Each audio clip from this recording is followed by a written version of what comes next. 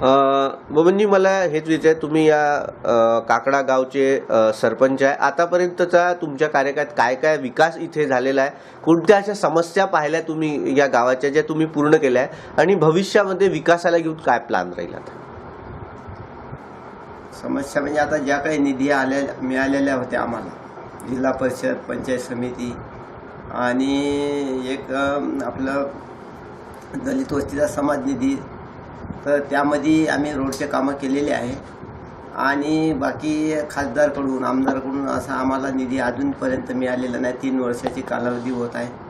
आमचे ठराव हे ते आम्ही प्रयत्न केले, पण त्या प्रयत्नाला आजपर्यंत आम्हाला यश मिळालेलं नाही आहे. हो देतो असे आश्वासन देत आहे आम्हाला ते, पण आम्हाला म्हणजे खासदार निधीची आम्ही मागणी केली, आमदार साहेबाकडे कोण्या कामाबद्दल निधीची मागणी केली, पण आम्हाला आजपर्यंत निधी मिळालेली नाही.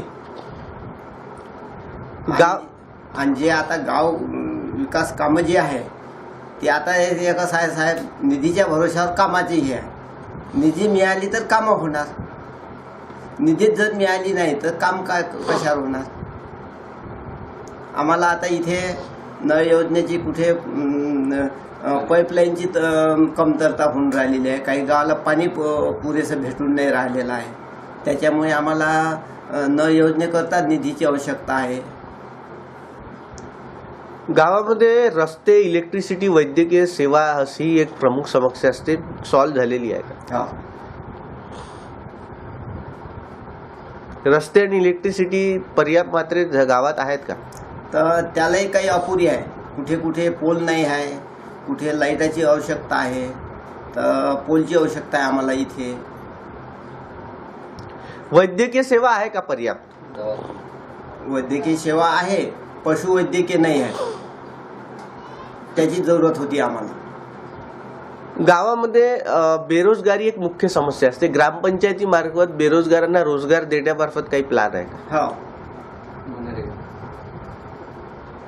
काय प्लॅन आहे? काय रोजगार देण्यामार्फत काय आहे तुमचं? रोजगार देण्याबद्दल म्हणजे नरेगातले मधले जे बांधण काम आहे, शेतीला जाणारा रस्ता, ती बांधण काम जर झाले तर रोजगारालाही काम मिळू शकतो आणि कास्तकाराची समस्या मिटू शकतो.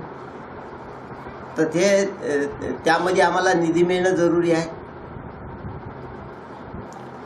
कुठेतरी शासनाचं दुर्लक्ष होत आहे गावाकडे असं वाटते का? कारण ओव्हरऑल गावामध्ये जर छोटे उद्योगधंदे येण्यामागचं काय कारण वाटते? कुठेतरी शासनाचं दुर्लक्ष म्हणजे आता कसं असते साहेब, गाव या ठिकाणी विरोधी पक्ष असतातच, हर गावला हे समस्या असतात.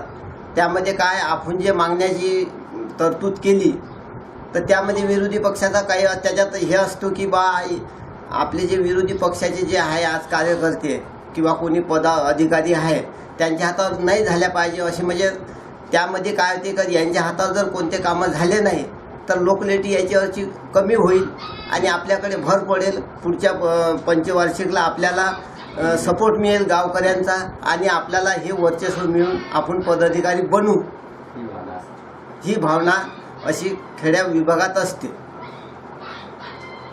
ठीक आहे.